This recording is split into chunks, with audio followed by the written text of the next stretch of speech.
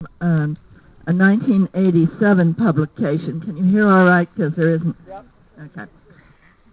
It's the David Bromwich issue. It's edited by Tom Beckett, and it's called The Difficulties.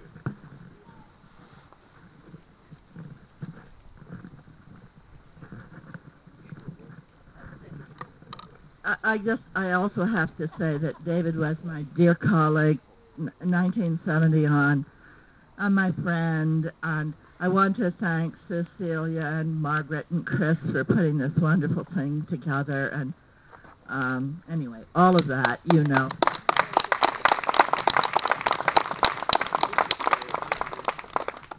We should just do it every year, and as other old professors drop off, we can just keep adding ourselves, you know.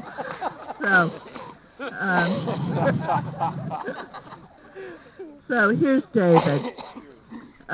It's a familiar enough bind. Set upstairs to do my homework. I read novels in my room. Something in me never wants to grow up, get a job, act mature, be Mr. Responsible Person God. Poetry begins in irresponsible play, but in dreams begin responsibilities. What I took in my hand grew in weight. That's a quote. Even this writing, which I ought not to be doing, letters of reference for students who told me yesterday they wanted them by the day before, and which I want to do, therefore, attract me less. Whoops. All right, yes, I see that. In the present, then the notion of fiddling around with some words out of which some compositional absorption may develop, something unthought of until that moment. Or I could be talking with my wife. Then new paragraph. Given no family money, it is necessary that I have a job. And given that, I'm glad to have one teaching at a university. That's the logical response in some normal language use of the word logical, but I suspect I want the regimen the job requires. Or anyway, I've worked all my life and I'm hooked. I often do enjoy the mode of interaction a college allows. I think it's astonishing that even in this present, the state sets aside some rooms and chairs where persons may sit and discuss poetry.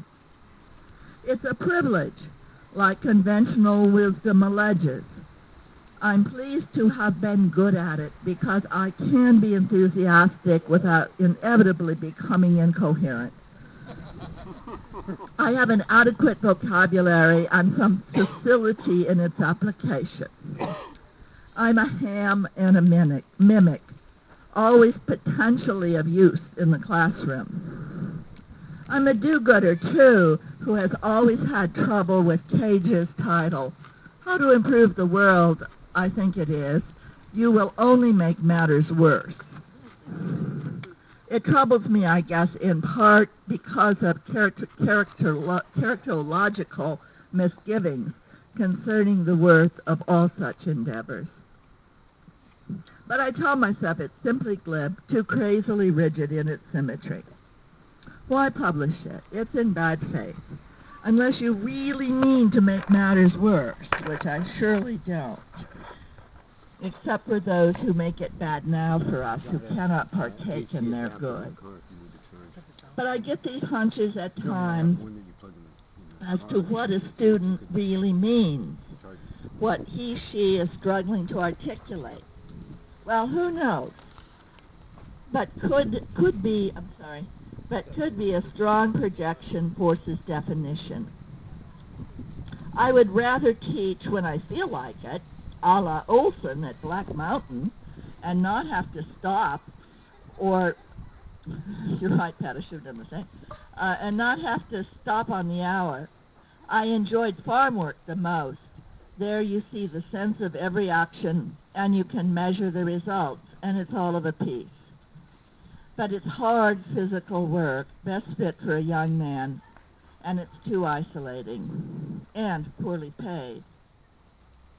Teaching is second best, and I've done a lot of different kinds of work.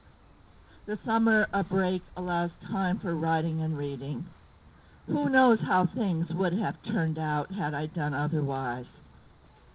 My students have given me a lot of hits, and at times the impression that I've helped them also.